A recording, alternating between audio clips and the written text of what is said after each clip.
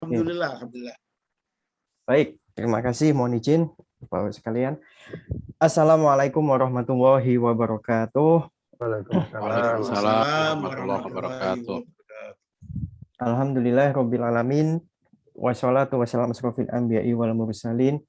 Wa ala alihi wa sahbihi ajma'in amma ba'du. Asyhadu an la ilaha illallah wahdahu la syarikalah. Wa asyhadu anna Muhammadan abduhu wa rasuluh. Allahumma sholli ala Muhammad wa ala ali Muhammad. La haula wa la quwata illa billahil aliyyil. Rabbi shrahli sadri wa yassir li amri wahlul 'uqdatam min lisani yafqahu qawli. Qala ta'ala fi kitabil karim, a'udzu billahi minasyaitonir rajim. Bismillahirrahmanirrahim. Ya ayyuhalladzina amanu fis silmi kaffah wa la tattabi'u khutuwati syaiton innahu lakum aduwwum mubin. Al-ayat sadaqal adzim. Alhamdulillah, alhamdulillah wa syukurillah, kita panjatkan rasa syukur nikmat kita malam hari ini kita bisa bersilaturahmi, bisa duduk bareng dalam kajian online malam kita hari ini. Mudah-mudahan duduk kita malam hari ini, kajian kita malam hari ini mendapatkan berkah dan diridhoi oleh Allah Subhanahu wa taala. Amin amin ya rabbal alamin. Dan tak lupa salat serta salam yang kita kepada junjungan kita, baginda kita, panglima kita, Rasulullah SAW, yang telah menuntun kita hingga kita bisa merasakan nikmatnya iman dan nikmatnya Islam. Baik, alhamdulillah Bapak Ibu sekalian, malam hari ini kajian online yang diselenggarakan oleh Syarikat Islam Politik SIP, yaitu tentang pembelajaran Intisari Islam Kafah. Alhamdulillah kita bertemu lagi dalam Sabtu malam ini, dan perlu Bapak Ibu ketahui bahwa tujuan program ini, program online ini adalah memahami agama Islam secara utuh, secara kafah dengan metode dialog yang berbasis wahyu dan sains. Dan alhamdulillah kajian online kita malam hari ini istiqomah setiap malam Sabtu. Dan tak terasa ini kita sudah memasuki sesi ke-28. Dan alhamdulillah di sesi ke-28 ini tema kita yaitu tentang menyadarkan Muslim Indonesia untuk bermentalitas memimpin pantang subordinasi pada sekolah di negeri sendiri. Dan alhamdulillah pemateri hari ini sudah hadir di tengah-tengah kita, yaitu Dr. Adian Husaini. Beliau adalah Ketua Umum Dewan Dakwah Islamiyah Indonesia, DDI Pusat. Dan Bapak-Ibu sekalian, perlu diketahui untuk kajian online kita malam hari ini, kita sudah memasuki di sesi ke-28. Bagi panjenengan semua yang belum menyaksikan sesi pertama hingga sesi ke-27, silakan panjenengan bisa menyaksikan di channel YouTube SIP Syarikat Islam Politik. Semua kajian kita mulai sesi pertama hingga sesi ke-27 sudah kita record semua di channel YouTube kita di SIP Syarikat Islam Politik. Silakan Bapak Ibu bisa melihat di channel YouTube kita. Dan perlu kami sampaikan juga Bapak Ibu sekalian, karena kajian kita malam ini adalah bersilaturahmi, silakan nanti Bapak Ibu sekalian bisa on kameranya, mengaktifkan kameranya, kita bisa saling bersapa, bersilaturahmi nantinya. Mudah-mudahan dengan kajian ini kita bisa saling bersilaturahmi, saling bertatap muka walaupun kita berjauhan. Dan untuk menambah keberkahan kajian kita malam hari ini, kita awali dulu, kita buka dengan membaca Al-Basmalah bersama-sama. Bismillahirrahmanirrahim. Dan Bapak Ibu sekalian, alhamdulillah pemateri kita, narasumber kita Ustadz Adian Husaini sudah hadir malam hari ini. Perlu saya sampaikan tentang materi kita, yaitu menyadarkan Muslim Indonesia untuk bermentalitas memimpin pantang subordinasi pada sekolah di negeri sendiri. Kita tahu bagaimana isu-isu yang ada di Indonesia sendiri tentang ketika beberapa hari kemarin tentang persekusi terhadap minoritas agama, yang itu sangat kian meningkat, yang alih-alihnya mengatasi problema itu bahwa subordinasi minoritas agama, sekularisme adalah salah satu jalan solusinya. Dan perlu di Indonesia sendiri sempat ramai halayak ya bahwa negara kita ini adalah yang berdasarkan ketuhanan Yang Maha Esa, bukan negara agama, dan ada juga yang bukan negara sekuler. Nah, alhamdulillah malam hari ini kita akan banyak berdiskusi dengan Dr. Adian Husaini tentang materi kita malam ini. Alhamdulillah telah hadir di tengah-tengah kita Dr. Adian Husaini. Kepada Dr. Adian Husaini, monggo Ustaz, tafadhol, bisa dipersilakan. Terima kasih. Assalamualaikum warahmatullahi wabarakatuh. Waalaikumsalam warahmatullahi wabarakatuh. Alhamdulillahirabbil alamin wassalatu wassalamu ala asyrafil anbiya'i wal mursalin wa ala alihi wa ashabihi ajma'in amma ba'd. Rabbi shrah li sadri wa yassir li amri wal 'uqdatam min lisani yafqahu qawli. Alhamdulillah, saya terima kasih pada Pak Fuad Amsari yang telah memberikan kesempatan untuk hadir di majelis yang mulia ini. Prof. Wiyadi, Prof. Sugimin, para hadirin semua, ya, alhamdulillah saya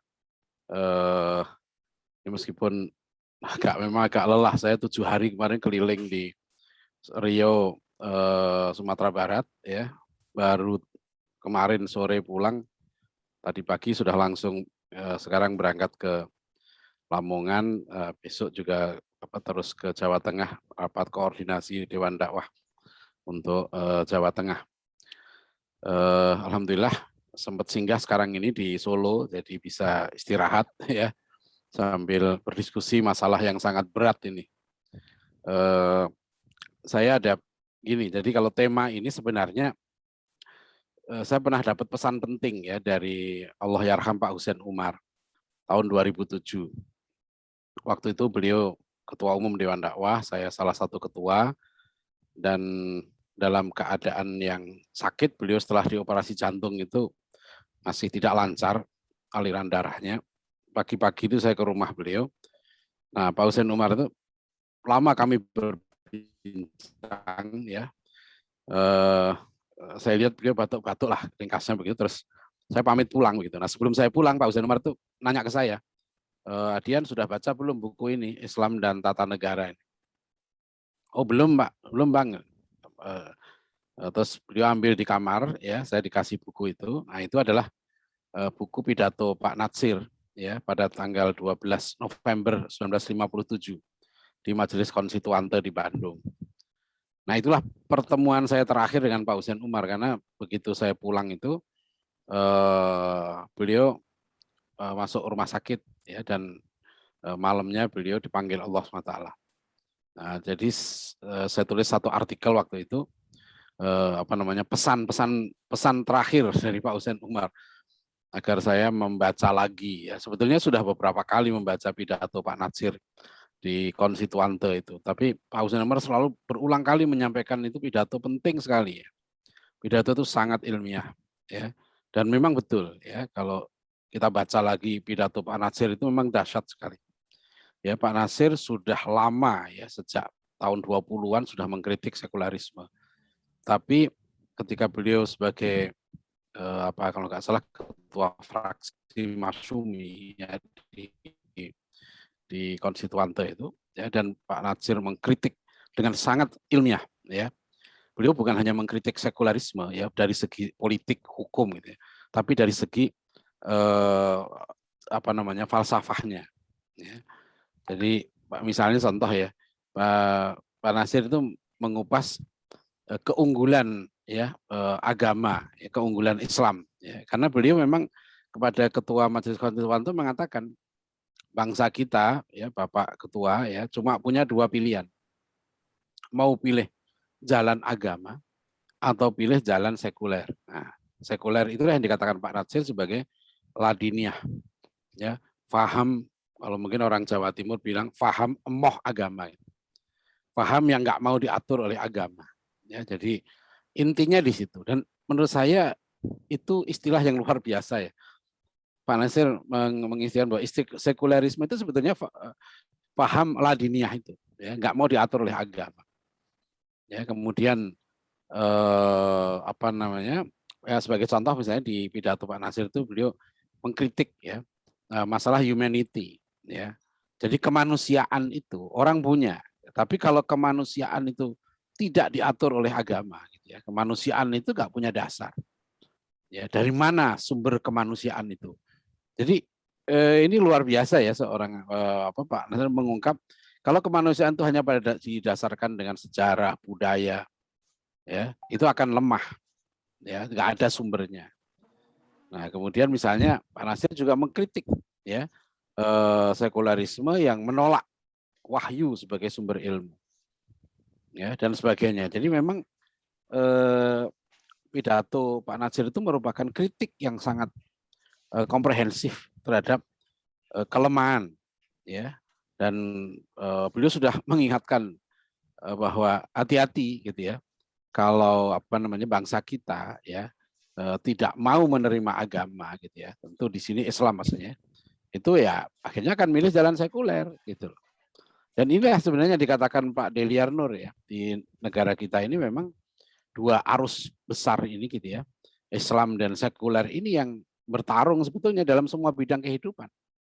Ya, dalam bahkan Deliar Nur menyebut dua sosok penting gitu yang mewakili apa namanya juru bicara ya, penting dari dua faham ini, satu adalah Muhammad Nasir, satu adalah Soekarno.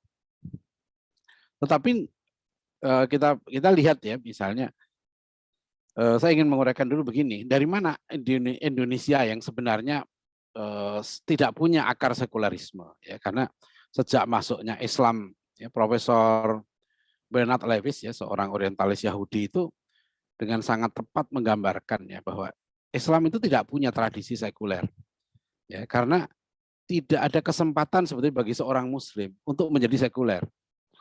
Islam itu dalam setiap langkahnya gitu ya, orang muslim itu ada aturannya, ada adabnya. Ya, oleh karena itu sebetulnya orang muslim tidak punya tradisi sekuler. Nah, ini yang berbeda dengan barat ya.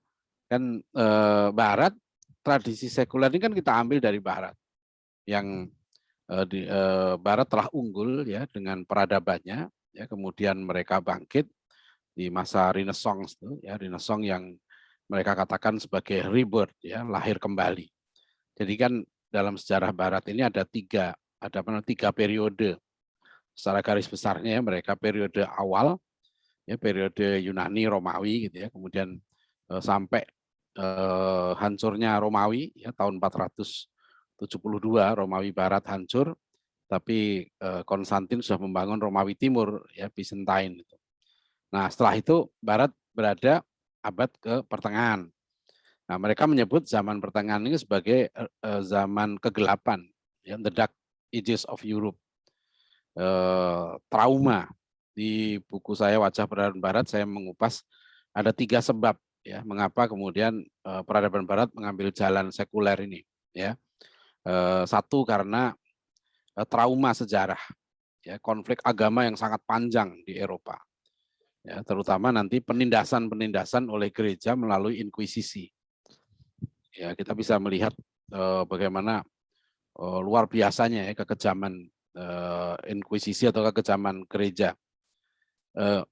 Menarik, Gramedia menerbitkan 2 buku tentang sejarah gelap Vatikan itu. Bisa kalau masuk Gramedia bisa dicek. Satu judulnya Rahasia-Rahasia Vatikan, 2 Sejarah Gelap Para Paus. Ya, itu The Dark History of the Popes, buku terjemah tapi penerbitnya Gramedia. Itu menarik itu buku Sejarah Gelap Para Paus ini yang menggambarkan bagaimana kekejaman ya institusi gereja yang waktu itu gitu ya, dalam sistem mereka kan paus ini disebut sebagai vicar of Christ. Ya, mereka wakil Tuhan. Ya, punya doktrin infallibility. Ya, the Pope can do no wrong. Paus tidak bisa salah. Itu doktrin yang dipegang betul ya di Eropa. Artinya begini, ini yang kadang-kadang keliru orang Muslim kemudian nanti mengambil sekularisme karena salah memahami sejarah Barat. Ya, seolah-olah karena trauma pada agama. Islam nggak punya problem itu, karena kalau dalam konsep Katolik waktu itu kan memang paus itu wakil Tuhan. Ya, sistemnya pemerintahannya teokrasi, theos Tuhan, kratos kekuasaan. Nah, kenapa disebut pemerintahan Tuhan? Karena di Eropa ketika itu raja-raja nggak sah pemerintahnya kalau nggak disahkan oleh Tuhan gitu. Dan Tuhan itu ada wakilnya namanya paus itu. Ya, disebut sebagai vicar of Christ. Nah, kita nggak ada dalam sistem pemerintahan Islam, tidak ada konsep teokrasi. Pak Natsir, Abdullah Maududi mengkritik konsep teokrasi. Ya, nggak ada konsep pemerintahan karena pemerintahan Islam disahkan oleh rakyat. Makanya khalifah atau sultan dalam Islam itu bukan orang yang suci, ya, bukan orang yang tidak bisa salah. Jadi apa dampaknya? Jadi ketika di Barat, ya, ketika apa namanya, paus itu salah, ya, sebagai contoh lah tahun 1600 sekian, ya, paus itu masih menghukum Galileo Galilei. Galileo memang tidak dihukum mati, ya, karena heliosentrisnya itu Galileo ditangkap, ya, kemudian diadili di bawah apa namanya, di Mahkamah Inkuisisi, dan kemudian dia dijebloskan di penjara bawah tanah. Nah, sekian ratus tahun kemudian Vatikan minta maaf atas apa namanya, hukuman Galileo ini. Nah, tapi temannya Galileo namanya Giordano Bruno itu dibakar hidup-hidup, ya, karena menyebarkan paham heliosentris itu. Copernicus itu nggak berani menyampaikan paham ini, ya. Buku dia On Revolution baru diterbitkan setelah Copernicus meninggal, ya. Jadi waktu itu teori heliosentris ini apa namanya, dianggap sebagai kesalahan besar, ya, yang melawan doktrin gereja itu. Nah, jadi inkuisisi ini sangat luar biasa kekejamannya. Ada beberapa buku, ya, Karen Armstrong misalnya menulis sampai abad ke-17 inkuisisi masih diterapkan, termasuk pada orang-orang Muslim nanti di Spanyol yang sudah dipaksa untuk menjadi Kristen, ya. Mereka disebut sebagai kaum Moriscos di Spanyol, itu juga mengalami inkuisisi, pengadilan gereja. Nah, trauma ini sangat mendalam, ya. Jadi mereka akhirnya berpikir seperti yang dikatakan Lord Acton, gitu ya. Power tends to corrupt, absolute power corrupts absolutely. Itu sebenarnya kritik kepada kekuasaan gereja yang sangat besar, ya. Jadi kekuasaan yang besar pasti korup, gitu ya. Nah, kekuasaan yang tak terbatas. Nah, jadi itu sebenarnya kritik kepada kekuasaan Tuhan. Jadi ketika agama disatukan dengan politik, ya, maka tragedi, ya, yang menimpa Eropa, gitu loh, ya, masyarakat, ya, apa namanya, dan di buku Sejarah Gelap Para Paus yang diterbitkan Gramedia itu jelas sekali, ya, dikupas beberapa paus yang melakukan kejahatan luar biasa. Misalnya ternyata Vatikan itu waktu menjadi sarang pelacur, ya. Paus-paus itu hidupnya mewah, mereka rata-rata punya anak, gitu. Ini kan sekarang terjadi juga di Eropa tentang pelecehan seksual anak-anak. Jadi akhirnya, ya, karena wakil Tuhan berbuat salah, gitu ya, masyarakat benci, gitu. Jadi nanti yang mendasari berbagai gerakan sekularisasi, liberalisasi, termasuk women's lib, ya, gerakan perempuan, liberalisasi perempuan. Itu satu, ya. Jadi mereka trauma dengan kepemimpinan agama ini, gitu ya. Yang kedua, karena problem teologis, ya. Jadi saya kebetulan disertasi doktor saya itu tentang Konsili Vatikan kedua, Exclusivism and Evangelism in the Second Vatican Council, itu judul disertasi saya. Saya meneliti sejak konsili pertama, ya, bagaimana rumitnya, ya, problem diskusi teologis, gitu ya, tentang harus menjelaskan bahwa Yesus itu manusia sekaligus Tuhan. Dalam sejarahnya itu perdebatannya panjang sekali, ya, dan problem teologisnya akhirnya diakhiri dengan sederhana aja, ya sudahlah, itu nggak usah dipikirkan, ya, karena kita nggak akan sampai, ya. Ini beda banget dengan ajaran akidah Islam yang sangat simpel, ya, bahwa saya bersaksi tidak ada Tuhan selain Allah, dan saya bersaksi Muhammad itu utusan Allah, dan Muhammad itu manusia, sudah, itu aja selesai, ya. Perdebatannya nggak panjang, ini rumit perdebatan teologis. Yang ketiga, ada problematika pada teks Bible, ya. Saya banyak meneliti teks Bible ini. Ada satu buku yang saya tulis khusus tentang ini, ya. 4 Bible bahasa Indonesia dan 1 Bible bahasa Inggris. Saya bandingkan berbagai teksnya, gitu ya. Memang pada akhirnya, gitu ya, teks itu nggak bisa dipegang. Nah, ini yang kemudian orang menerapkan hermeneutika, ya, karena ketika teks tidak bisa membimbing, ya, nggak bisa dijadikan acuan, ya, bunyi teksnya itu, Akhirnya mereka keluar dari teks ya dalam memahami itu. Nah, jadi liberalisasi ya, jadi akhirnya komplit gitu ya, masyarakat Eropa itu sudah trauma sejarah ya, kemudian problem apa tadi Bibelnya, problem teologisnya. Jadi akhirnya mereka sebut ya ketika masa Renaissance mereka menyebut dirinya kami lahir kembali ya, rebirth. Jadi mengatakan bahwa hampir waktu 1000 tahun ya, dari abad ke-5 sampai abad ke-13 ya, itu mereka mati gitu ya. Sekarang mereka lahir kembali, dan lahir kembali itu yang kemudian digambarkan dengan sangat tepat ya bangsa Barat ini oleh astagfirullahaladzim, Karen Armstrong mengutip dalam buku History of God ya, sejarah Tuhan ya, filosof Prancis Sartre ya. Sartre mengatakan begini.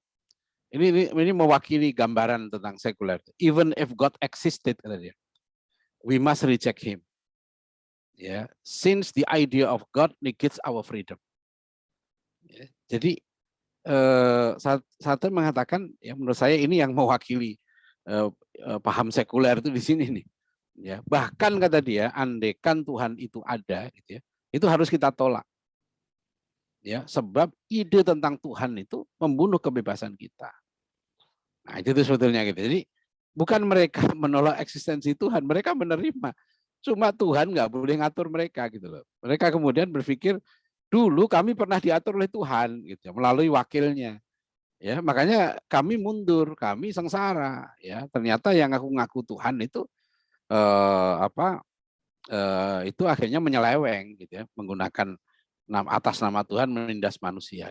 Itu yang kalau kita, nah inilah yang sebetulnya ya, sekularisme ini kan pengalaman lokal Barat ya.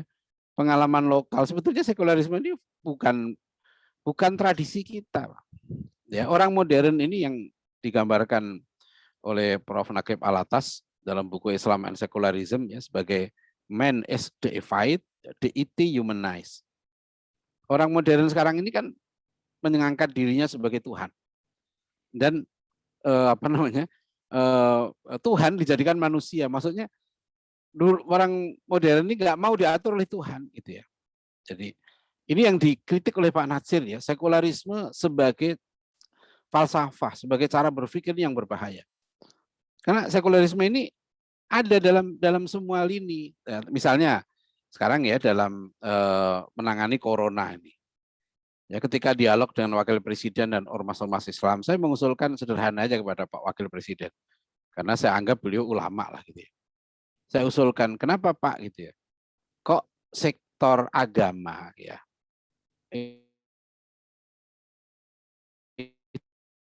itu tidak diletakkan sebagai sektor esensial. Kan yang dikatakan esensial ini kesehatan gitu ya, makanan, komunikasi, perbankan itu masuk dianggap sektor esensial.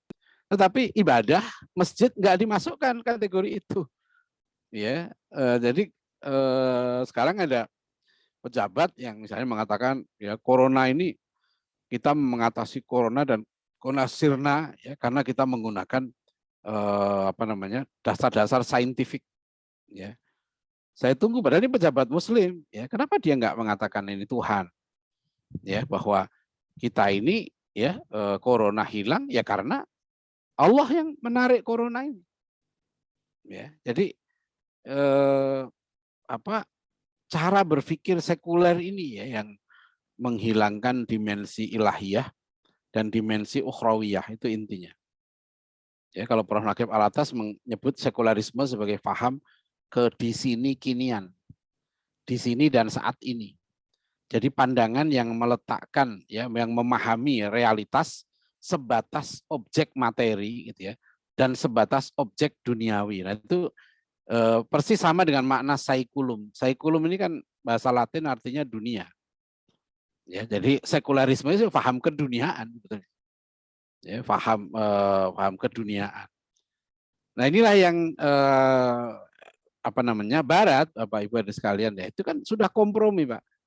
Ya, jadi rame kan dulu ya tahun 70-an pidato Cak Nur tanggal 3 Januari tahun 70. ya. Itu kalau kita baca disertasinya Dr. Greg Barton di Monash University, kan beliau nulis tentang gagasan neomodernisme di Indonesia, yang buku disertasi Greg Barton ini kemudian diterbitkan Paramadina tahun 99 dengan judul Gagasan Islam Liberal di Indonesia. Ya, nah di situ ada 4 ya, menurut Greg Barton ya, ada 4 gagasan liberalisasi Islam di Indonesia gitu. Ya, satu nanti idenya adalah pentingnya kontekstualisasi ijtihad. Ya, ijtihad diubah metode teks menjadi konteks yang penting. Ya, kemudian yang kedua komitmen terhadap rasionalitas dan pembaruan. Ketiga adalah penerimaan terhadap pluralisme agama, ya, dan pluralisme sosial. Nah, keempat adalah membentuk negara sekuler. Ya, artinya negara yang tidak diatur oleh agama, gitu ya. Dan oleh karena itu kalau kita perhatikan nanti kembali ya, saya ingin kembali ke sejarah Islam dan sekularisme di Indonesia ini cukup menarik ya. Perdebatan itu kan dipicu oleh sebenarnya artikel Bung Karno yang seru di majalah Pembela Islam ya tahun 40-an ya. Bung Karno ini memang luar biasa ya. Saya membayangkan ya seorang Soekarno yang sangat luas wawasannya ya. Bung Karno itu 15 tahun sudah mondok di rumah Cokro Aminoto. Kemudian umur 15 tahun itu ini pidato Bung Karno tahun 62 di Muktamar Muhammadiyah.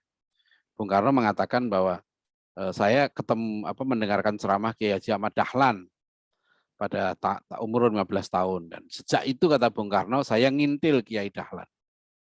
Ya, saya ngintil Kiai Dahlan. Ada surat menyurat Bung Karno dengan Ahasan ya, yang dimuat di buku Di Bawah Bendera Revolusi itu ada 12 surat Bung Karno.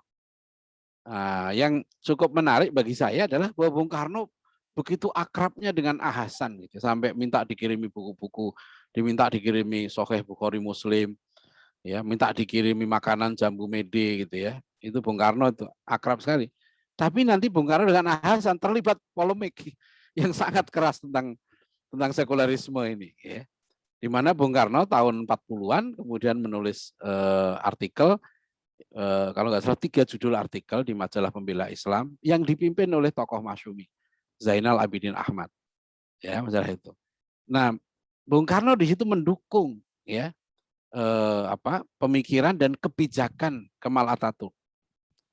Jadi kalau sekarang ini ada usulan supaya Atatürk, nggak tahu saya baca tadi di internet ada mau jadi nama jalan di Jakarta, nggak heran karena memang Bung Karno sudah pernah memiliki itu dukungan terhadap pemikiran Atatürk.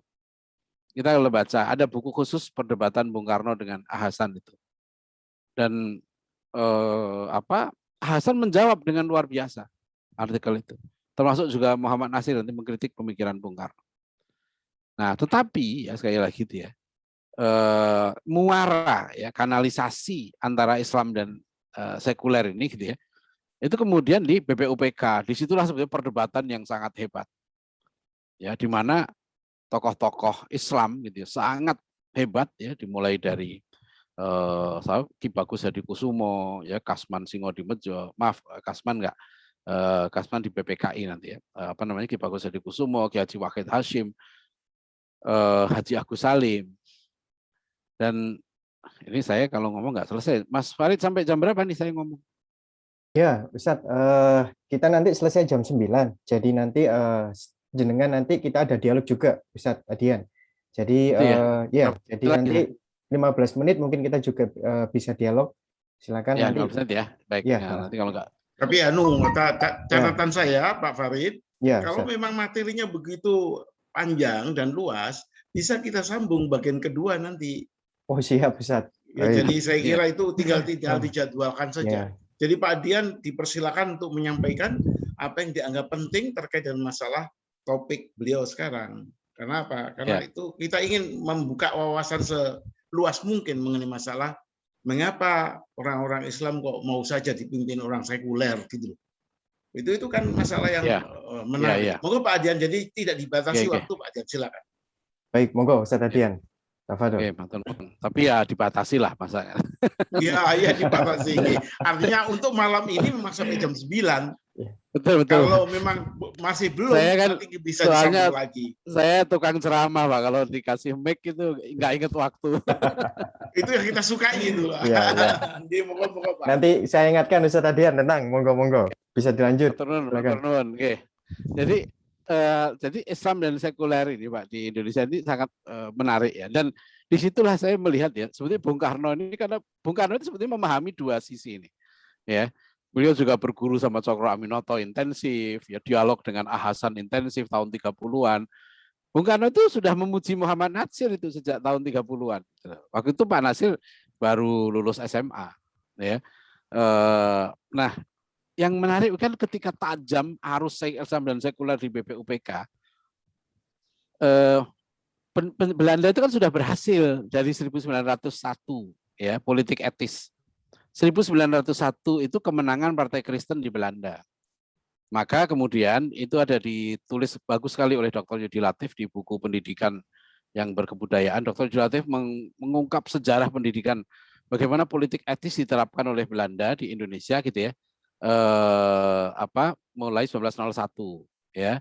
Dua tokoh otaknya ini gitu. Satu Abendanon, dua Sunuk Urgronya. Apa yang dilakukan oleh pemerintah kolonial, karena mereka belajar dari pengalaman perang Diponegoro. Perang Diponegoro ini kan habis-habisan ya, 15.000 tentara Belanda mati ya. VOC rugi 20 juta gulden, hampir bangkrut tuh VOC. Akhirnya mereka menggunakan strategi sekularisasi ya. Bahwa intinya sederhana, ini yang Pak Nasir suka kutip dari Sunuk Urgronya. Ya, dengan upfooding dan on the wish, ya, dengan pendidikan dan pengajaran, maka umat Islam bisa dilepaskan dari genggaman agamanya. Ya, itu di tulisan-tulisan Pak Nasir mengutip kata-kata Sunuk Urgronya ini. Yang dilakukan besar-besaran sejak awal abad 20 adalah mulai pemerintah Belanda ya mendirikan lembaga-lembaga pendidikan sekuler. Ya, itu yang dilakukan. Dan ada data yang menarik di buku Dr. Latif itu. Tahun 1900 ya, jumlah orang Indonesia yang sekolah model barat itu baru 100.003 orang. 1900. 10 tahun kemudian naik 3 kali lipat, 328.000. Tahun 1920, 10 tahun lagi gitu ya. Itu naik ya tadi 1920 naik menjadi hampir 900.000, angkanya 800.000 sekian. Ya, data anak-anak sekolah. Ketika itu jumlah penduduk Indonesia 48 juta. Ya. Jadi ada sekitar 1 juta orang Indonesia yang sudah masuk ke sekolah-sekolah sekuler ini. Nah, inilah hebatnya kemudian ya tokoh-tokoh kita ini. Dahsyat sekali menurut saya. Jadi model pendidikan sekuler yang mensekulerkan orang Indonesia ini gitu ya, itu dilawan dengan pendidikan. Ya, dilawan dengan pendidikan. Ya, 19 tentu ada dua model di situ ya. Satu yang total non kooperatif dan nggak mau sama sekali bercorak pendidikan sekuler, pendidikan barat itu ya pondok pesantren. Ya, akhir abad 19 Kiai Haji Hasyim Asy'ari mendirikan Tebu Ireng ya dan lain-lain itu total nggak mau. Nah, ada yang mengambil ya corak modern gitu ya, tapi tidak memberikan tetap Islam yang jadi dasarnya sistemnya. Gitu. Nah, yang menurut saya dipelopori oleh Pakubuwono ke-10 1905. Itu sebenarnya melawan pendidikan sekuler itu Pakubuwono ke-10 itu. Ya, 1905 juga di Jakarta berdiri namanya Jamiat Khair. Ya. 1912 berdiri Muhammadiyah. Saya kemarin di Sumatera Barat saya mengunjungi beberapa lembaga penting ya. Satu Tawalib. Nah, Tawalib ini berdiri 1911. Jadi sekarang umurnya udah 110 tahun. Dan ternyata otak gitu ya, motor utama ya pembaruan pendidikan di Tawalib itu adalah bapaknya Hamka. Saya baru tahu bapaknya Hamka itu ada karyanya 31 judul buku, ya 37 jilid. Dan tahun 1917 bapaknya Hamka ini Haji Abdul Karim Amrullah HK ya. Kalau Hamka kan Haji Abdul Malik Karim Amrullah. Kalau ayahnya HK Haji Abdul Karim Amrullah itu datang ke Jogja 3 hari 3 malam gitu ya. Berdiskusi dengan Ki Haji Ahmad Dahlan. Dan nanti Ki Haji Ahmad Dahlan menerjemahkan majalah yang diterbitkan ayah Hamka ini ya Al-Munir ya itu ke dalam bahasa Jawa. 1912 berdiri Muhammadiyah ya, 1910 berdiri Parabek kalau di Bukit Tinggi ya dan lain-lain, nanti banyak sekali lembaga-lembaga. 1926 berdiri Pesantren Gontor. Nah, yang menarik adalah cara Taman Siswa Ki Hajar Dewantoro. Sebetulnya Ki Hajar Dewantoro juga merespon pendidikan kolonial. 1922 ya, mendirikan Taman Siswa. Tetapi Ki Hajar tidak tegas menyebut pendidikan Islam ya. Beliau mengambil konsepnya konsep tarekat ya, 4 jenjang pendidikan ya, dari Taman Indria, Taman Muda, Taman Dewasa, kemudian Taman Guru, Taman Pamong ya, sama dengan KMI Kuliatul Mu'alimin. Nah, tapi Ki Hajar mendasarkan pada konsep tasawuf dari syariat, kemudian hakikat, tarekat, ma'rifat, agak diubah sama Ki Hajar. Biasanya syariat, tarekat, hakikat, ma'rifat gitu. Nah, sama Ki Hajar disebut syariat, hakikat, tarekat. Nah, apa yang terjadi ya, program sekularisasi, ternyata kemudian Belanda sudah berhasil pada awal abad 20 itu sudah berhasil melahirkan elit-elit ya bangsa kita yang sudah berpikir sekuler. Itu yang terjadi. Maka di BPUPK sebagai representasi ya, semacam DPR pada waktu itu ya, BPUPK kan kata Deliar Nur, wakil ideologi Islam hanya 1/4-nya di situ, hanya sekitar 15 orang dari 62 anggota itu. Nah, tetapi menurut saya ya, Bung Karno luar biasa bijak di situ. Beliau kemudian inisiatif Bung Karno sendiri itu di luar sidang resmi. Bung Karno membentuk panitia 9. Ya, panitia 9 tuh. Jadi Bung Karno kan yang saya nggak tahu, Bung Karno itu milih orangnya tepat sekali ya. Di wakil Islam itu 4 orang. Ya, NU diambil Kiai Wahid Hasyim. Nah, kemudian Syarikat Islam diambil Abi Kusno Cokrosuyoso. Ya, terus satu lagi Haji Agus Salim, memang ini godfather. Ini kan Haji Agus Salim ini kan yang mengarahkan Hamka, mengarahkan Muhammad Natsir, termasuk Bung Hatta pun ketika sekolah ekonomi di Jakarta datang ke rumah Haji Agus Salim juga. Haji Agus Salim memang sangat dihormati oleh Bung Karno. Ya, kemudian yang dari Muhammadiyah diambil Abdul Qahar Muzakir, ya, seorang ulama Muhammadiyah lulusan Al Azhar. Nah, ini yang menarik ya, yang Bung Karno nyebut tokoh kebangsaan 4 kan, ya, beliau sendiri, kemudian Muhammad Hatta, kemudian Ahmad Subarjo dan Muhammad Yamin, dan 1 Kristen Maramis. Nah, di sinilah menarik ya, bagaimana ya 1 Juni mulai Bung Karno pidato, ya, kemudian 22 Juni sudah melahirkan Piagam Jakarta. Ini yang saya sering mengkritik ya, teman-teman yang memaksakan 1 Juni sebagai hari lahir Pancasila.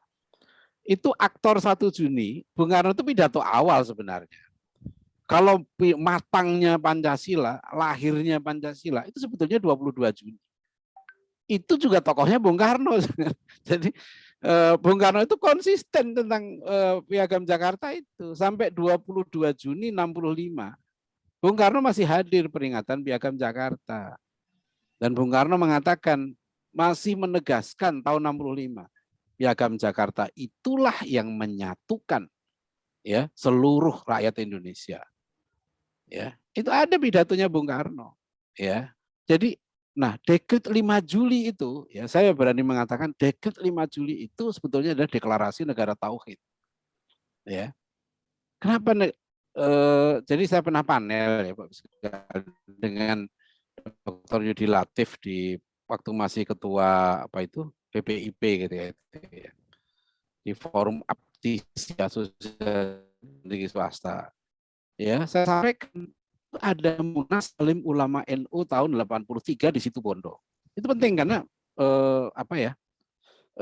Munas ini menghasilkan beberapa pandangan penting tentang Pancasila.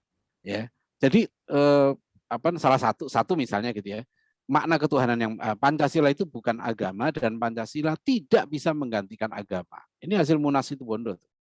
Ya, kedua, Pancasila itu sila ketuhanan yang Maha Esa, maknanya tauhid dalam ajaran Islam. Ya, kemudian yang keempat, ya saya lompat, yang keempat itu maknanya keputusan di Situbondo itu bahwa mengamalkan Pancasila ya bagi umat Islam itu adalah dalam rangka mengamalkan syariat agamanya. Ya, ini nih bisa dilihat ya di dokumentasi saya sudah tulis di buku saya tentang Pancasila. Nah, Bapak Ibu dan sekalian ya, jadi sebetulnya perdebatan Islam sekularisme ini panjang. Termasuk tahun 35 misalnya gitu ya. Ada perdebatan yang menarik yang dipicu oleh Sultan Takdir Ali Syahbana. Ya. Sultan Takdir tahun 35 kan dalam pidato kebudayaan gitu ya, mengajak bangsa Indonesia untuk meninggalkan masa lalu dan berkiblat ke barat. Ya. Memang bahasa siapa ini? Sultan Takdir ini agak provokatif ya. Dia mengatakan zaman jahiliyahnya Indonesia itu. Dia bilang zaman kerajaan Mataram, zaman Mojopahit itu kata Sultan Takdir itu adalah zaman jahiliyahnya Indonesia. Sudah sekarang kita ikut barat saja kata Takdir gitu. Nah, itu menjadi polemik yang nanti dihimpun jadi satu buku menjadi polemik kebudayaan itu.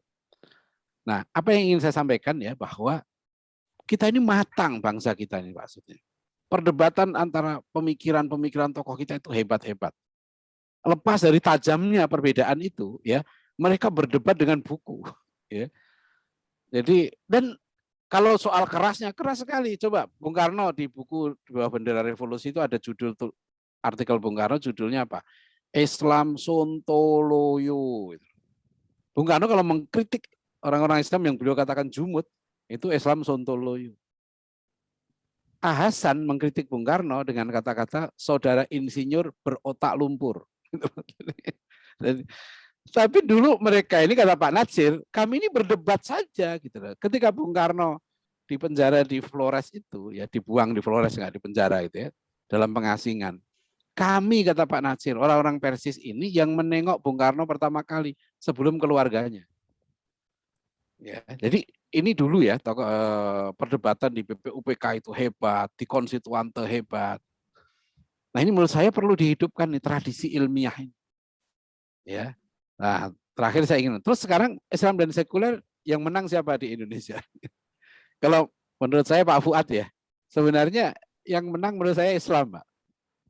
Sekarang orang ya sekuler itu susah, terutama ya ketika akhir 80-an terjadi kebangkitan pendidikan Islam. Ya, jadi lembaga-lembaga pendidikan Islam itu menjamur akhir 80-an itu. Ya, di Jakarta lahir Nurul Fikri, di Jogja lahir Sekolah Abu Bakar, ya. Di Surabaya lahir Al-Hikmah, Al-Falah dan sebagainya. Itu luar biasa, ya. Nah, tentu itu dipicu juga oleh intelektualisme dari Pak Natsir, ya.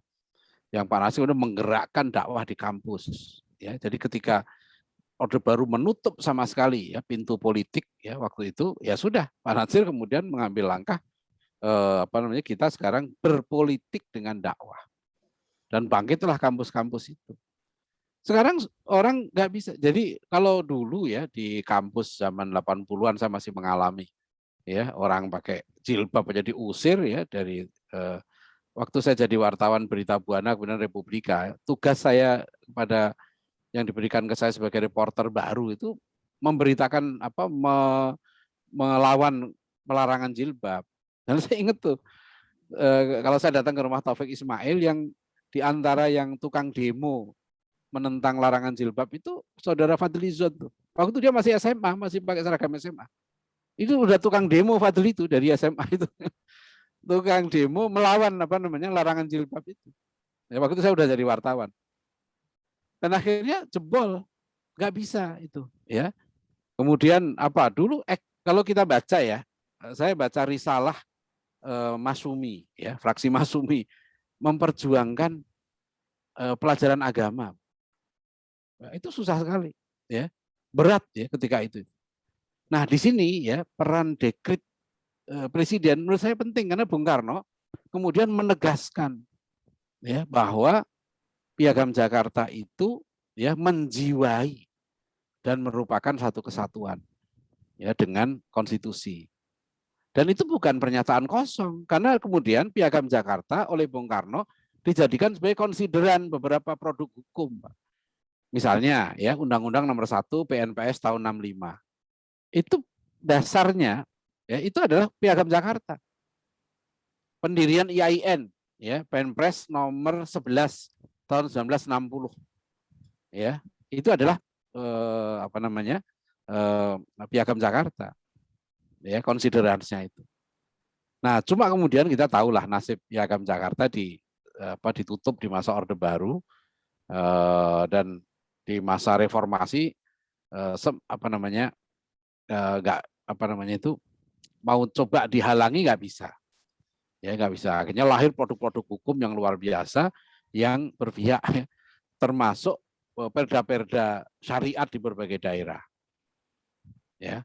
Jadi Islamisasi sebenarnya itu bergulir dengan sangat cepat.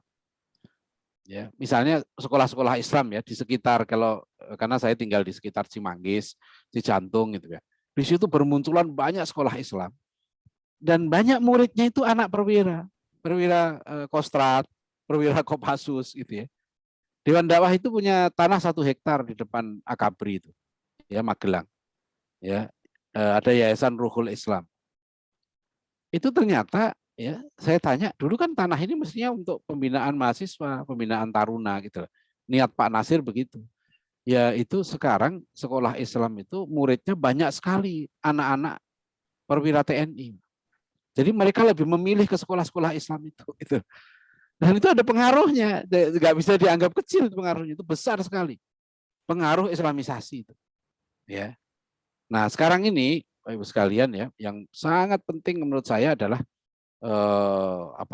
jadi dulu sekularisasi ekstrim ya di lembaga sosial, lembaga pendidikan, termasuk lembaga politik ya. Itu sekarang yang perlu ya, sebenarnya tinggal kita itu selangkah lagi menurut saya. Ya, di bidang terutama di perguruan tinggi. Ya. Bukan kita ini sekarang menurut saya sudah diberikan kesempatan karena tokoh-tokoh kita menurut saya luar biasa hebatnya ya, luar biasa hebatnya. Kongres Umat Islam yang pertama di Jogja tahun 44 ya. Itu kan ada 2 keputusan penting di situ. Tahun 44 itu. 1 membentuk laskar ya, Hizbullah itu dibentuk dalam. Yang kedua, mendirikan Universitas Islam. Dan ditunjuk ketua panitianya Bung Hatta, sekretaris panitianya Muhammad Natsir. Dan Universitas Islam yang pertama berdiri tanggal 8 Juli tahun 1945. Ini perlawanan besar terhadap kampus sekuler ya. Karena waktu itu kampus di Indonesia ada 3, Sekolah Tinggi Kedokteran, Sekolah Tinggi Hukum, dan Sekolah Tinggi Teknik di Bandung. Ya, pamannya Prabowo itu siapa itu yang gugur di Lengkong dalam perang di Bandung Lengkong. Itu kan asalnya mahasiswa kedokteran, pindah ke Sekolah Tinggi Islam. Ya, jadi mahasiswa Sekolah Tinggi Islam. Nah, sekarang kampus itu jadi UII ya. Nah, saya sekarang karena saya banyak berkuliah bidang pendidikan, saya katakan kalau sebetulnya universitas-universitas Islam ini sekarang ya melahirkan ya manusia-manusia yang dikatakan Pak Nasir sebagai manusia yang integral, manusia yang utuh, yang punya tauhid yang kokoh, yang akhlaknya mulia, gitu ya. Itu insya Allah kita sebetulnya menang. Jadi saya melihat sekarang misalnya kenapa ya politik kita menurun? Kalau prestasi partai politik tertinggi ya tahun 55, 43, sekian %. Ya, itu tertinggi memang. Kenapa menurun terus gitu ya? Karena menurut saya ya kegagalan belum sukses banget gitu ya. Lembaga-lembaga pendidikan Islam. Saya di kampus saya di Ibnu Khaldun Bogor saya bilang, lu kan kita kampus Islam. Kita yang mengatur sepenuhnya gitu ya. Kita punya 6.000 mahasiswa. Coba kalau 6.000 mahasiswa ini kita didik ya menjadi para mujahid. Ya. Jadi saya kadang-kadang begini, ya oke lah yang lain gitu ya, masih campuran Islam sekuler, tapi kita sudah dikasih kesempatan kok. Kita dikasih kesempatan punya lembaga pendidikan sendiri. Saya ke Rio ya, saya baru tahu bahwa Pak Nasir itu kan mendirikan sekitar 10 kampus. UII, Unisula, Sultan Agung Semarang, UIR Rio, ya, kemudian UISU Medan, Unisba Bandung, UIK Bogor, UIC, ya, itu ada sekitar 10 kampus yang dirintis pendiriannya oleh Pak Nasir itu. Dan UIR saja misalnya itu, UIR Rio itu saya ke sana, tanahnya 40 hektar, mahasiswanya 27.000. Ya, saya juga belum lama ke Jogja ketemu rektor UII gitu ya. Itu mahasiswa UII itu 29.000. Ya. Kalau kita bicara secara Muhammadiyah saja, ya Muhammadiyah itu dokter saja setiap tahun yang diluluskan dari kampus Muhammadiyah itu sekitar 1.000 minimal tuh, sekarang ini. Hanya dokter saja. Ya, guru tadi pagi saya mengisi pengajian di satu dosen-dosen di satu kampus Muhammadiyah. Ya, di UHAMKA, Fakultas Pendidikan UHAMKA, itu mahasiswa di satu fakultas itu 6.600. Ya, jadi sebetulnya kita ini dahsyat dari segi lembaga-lembaga pendidikan Islam ya, itu dahsyat sebenarnya. Dari segi jumlah. Ya, nah itu masalahnya. Kalau ini sukses, insya Allah ya kita insya Allah sukses di bidang ekonomi, di bidang politik, di bidang pendidikan, ya, di bidang sosial budaya, di bidang media, gitu ya. Kalau kita melahirkan manusia-manusia unggul, para mujahid, para pejuang-pejuang intelektual dari lembaga-lembaga pendidikan kita sendiri. Itu yang kenapa sekarang saya selalu menyampaikan di mana-mana ini, ya. Karena kalau ini nggak kita benahi, kita kalah terus di mana-mana. Saya tanya seorang rektor, ya, Pak, anak saya mau saya masukkan ke sini, ya, ke Fakultas Hukum. Bapak sebagai rektor dijamin nggak anak saya jadi mujahid di bidang hukum? Ya, kita melahirkan ribuan sarjana hukum. Apakah mereka jadi pejuang? Ya, ini sekedar itu saja pertanyaannya. Ya, jadi terima kasih kalau saya nggak dibatasi nanti semakin panjang. Jadi sekarang agenda ke depan menurut saya ini menarik ya, dan sekularisme Bapak Ibu sekalian itu sudah nggak ada yang ditawarkan, Pak. Barat itu kalau kita baca buku Paul Kennedy saja, ya, The Rise and Fall of Great Powers, itu buku tahun 80-an itu sudah decline. Ya. Kenapa sekarang Amerika dan lain politiknya itu politik cari kambing hitam? Itu menunjukkan sudah nggak ada solusi bagi mereka. Mereka udah nggak bisa menyelesaikan Palestina, nggak bisa menyelesaikan masalah Rohingya, nggak bisa, ya, menyelesaikan masalah Uighur nggak bisa, gitu ya. Itu artinya apa, gitu ya? Sekularisme nggak memberikan solusi sudah. Komunisme sudah nggak memberikan solusi. Ya, sekarang ini sebetulnya peluang Islam, ya, peluang Islam untuk kita membangun, istilah saya itu adalah membangun model-model institusi peradaban yang unggul. Ya, politik misalnya harus unggul. Ya, bagaimana sekarang kita punya satu atau berapa partai politik yang betul-betul Islami, ya, yang unggul. Ya, kita punya satu kampus. Saya aja malu kalau ditanya mana sih contoh kampus Islam yang benar-benar Islami yang mana? Ya, wallahu alam bisawab. Terima kasih. Assalamualaikum warahmatullahi wabarakatuh. Waalaikumsalam warahmatullahi wabarakatuh.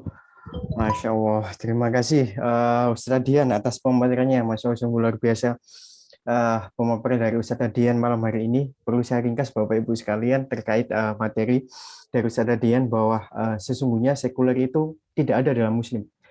Muslim tidak ada sekuler, dan Muslim sendiri semua itu ada adabnya. Karena sekuler sendiri ini adalah trauma bangsa Eropa grade X ya. Mereka 3 hal mengalami trauma, yaitu trauma tentang kepemimpinan agama yang dipimpin oleh Paus. Dan yang kedua adalah konsep teologis. Dan yang ketiga adalah problematika pada teks Bible mereka. Itu yang menjadi mereka trauma. Dan akhirnya mereka dari bangsa Eropa sendiri menimbulkan sekularisme itu kemudian diangkat. Nah, ini jadi kalau tadi dikatakan oleh Ustadz Adian, kalau Islam dengan sekuler, Ustadz Adian optimis, Islam pasti menang. Dan bagaimana, tantangannya di sini adalah bagaimana membangun model peradaban yang unggul di semua lini, entah itu politik, hukum, pendidikan. Nah, itu yang jadi, mungkin ini jadi awal diskusi kita ya untuk sharing malam hari ini.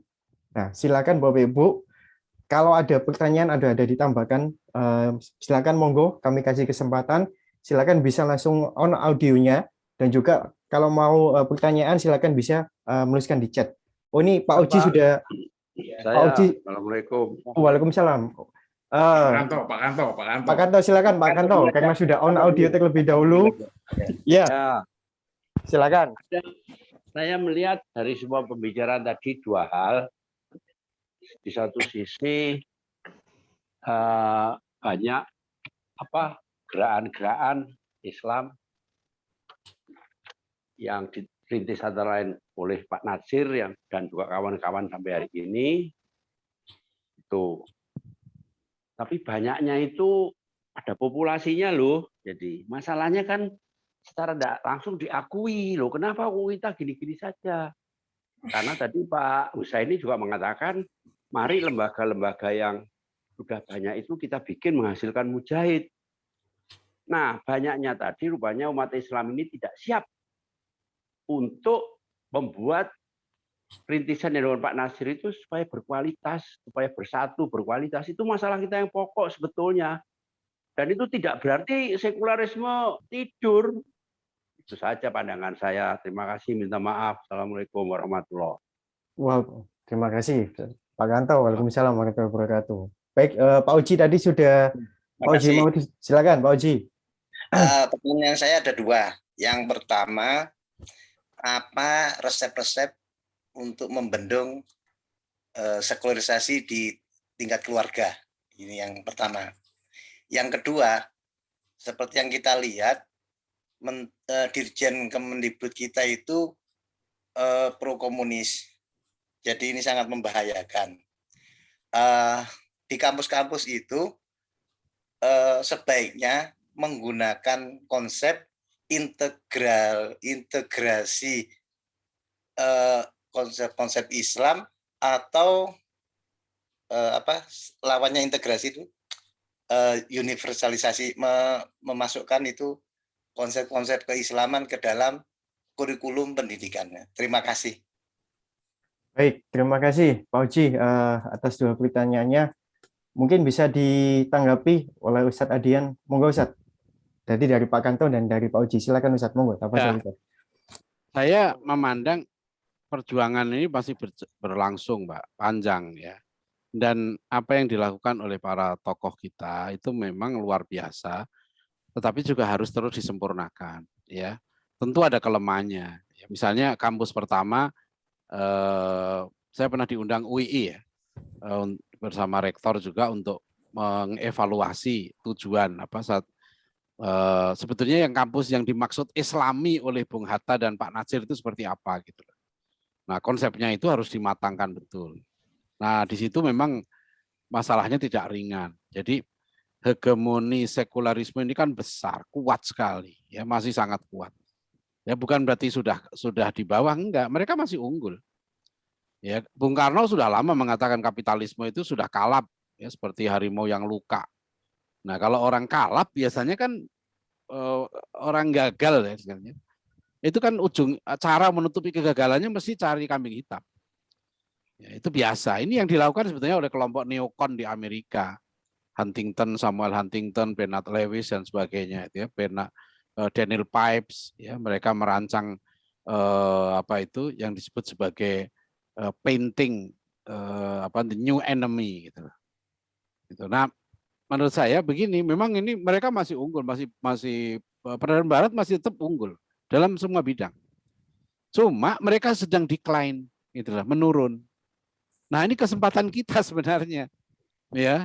Dan itu kita sudah buktikan. Saya melihat ya contoh beberapa pesantren sekolah Islam sekarang ini luar biasa, mampu ya.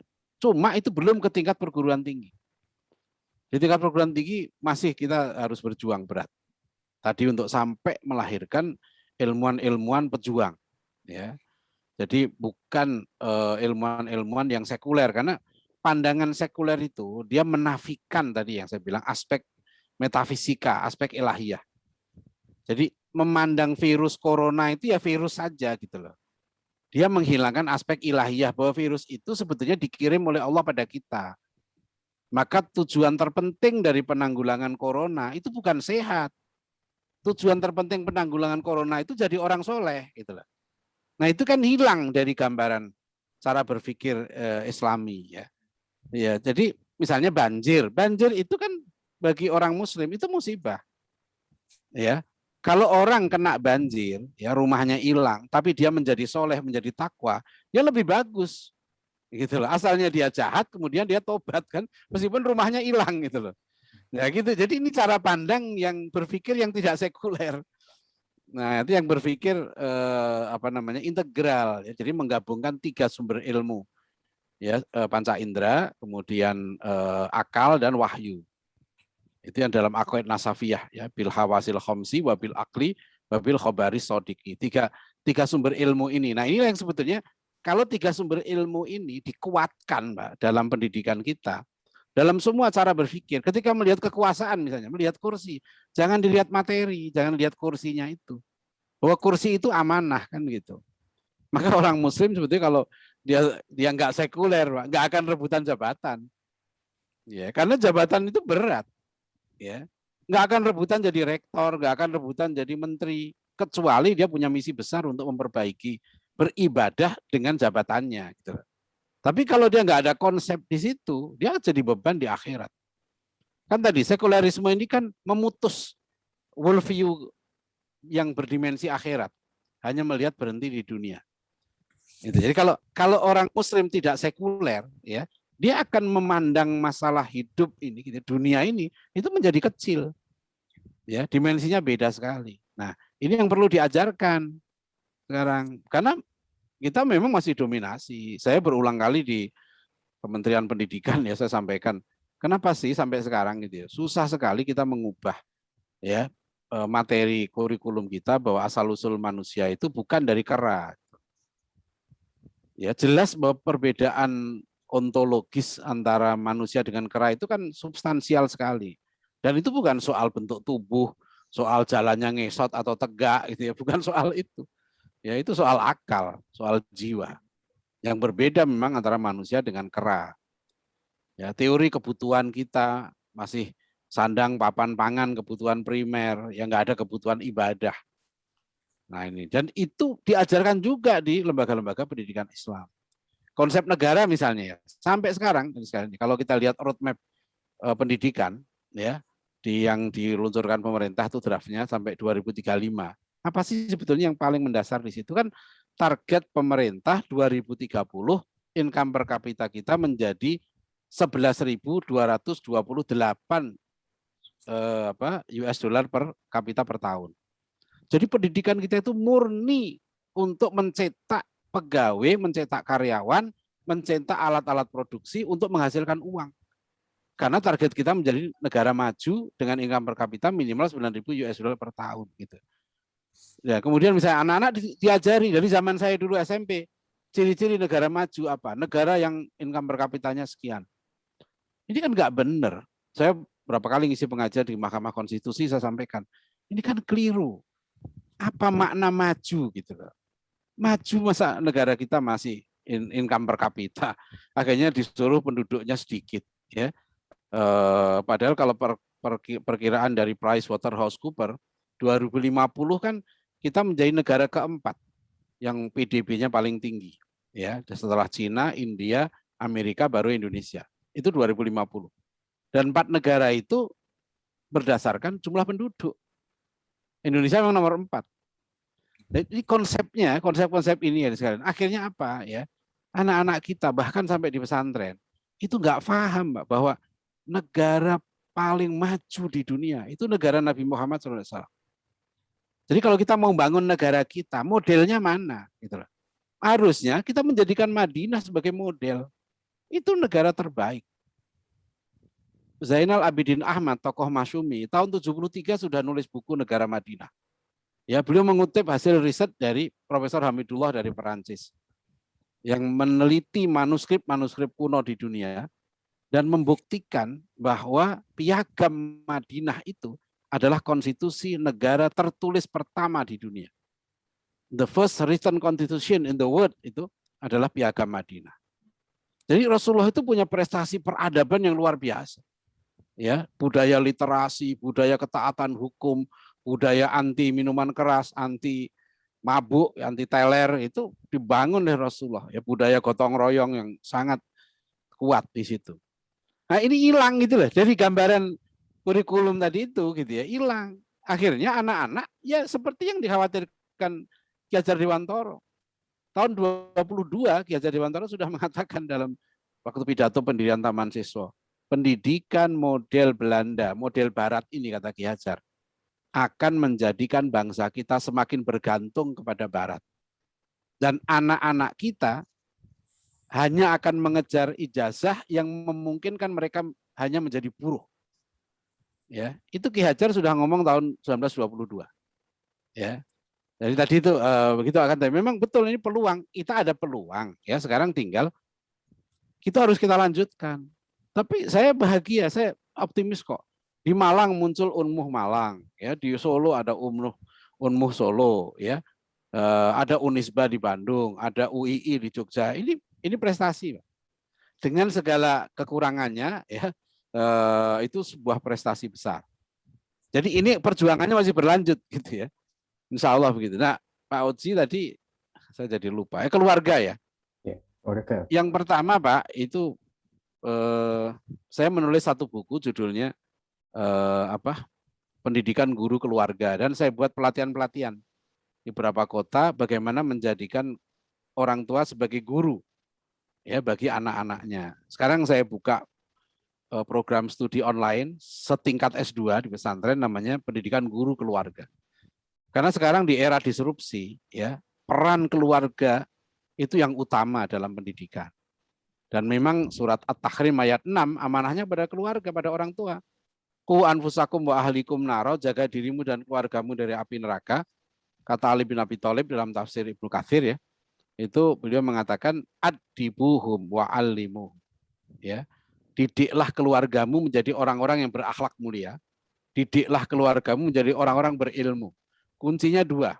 Ya, keluarga itu mendidik anak-anaknya menjadi orang beradab, berakhlakul karimah. Yang kedua mendidik orang-orang menjadi orang berilmu. Ya, nah itu sudah banyak contoh. Jadi memang orang tuanya harus dididik.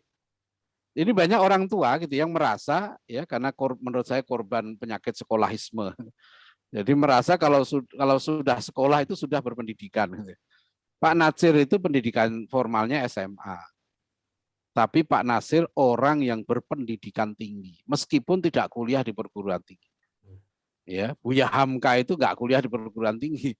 Ya, Rahma El Yunusiah, pendiri Diniyah Putri Padang Panjang, itu perempuan pertama di dunia yang diberi gelar Syaikhah oleh Al-Azhar Kairo. Ya, dan kemudian Diniyah Putri Padang Panjang itu sampai dicontoh oleh Al-Azhar, mendirikan namanya Kuliatul Banat. Orang Indonesia hebat-hebat maksud saya, meskipun pendidikan mereka hanya SMA. Ya, jadi saya di sini ya. Mereka hebat-hebat. Nah itu orang tua sebenarnya. Budaya ilmunya sangat tinggi.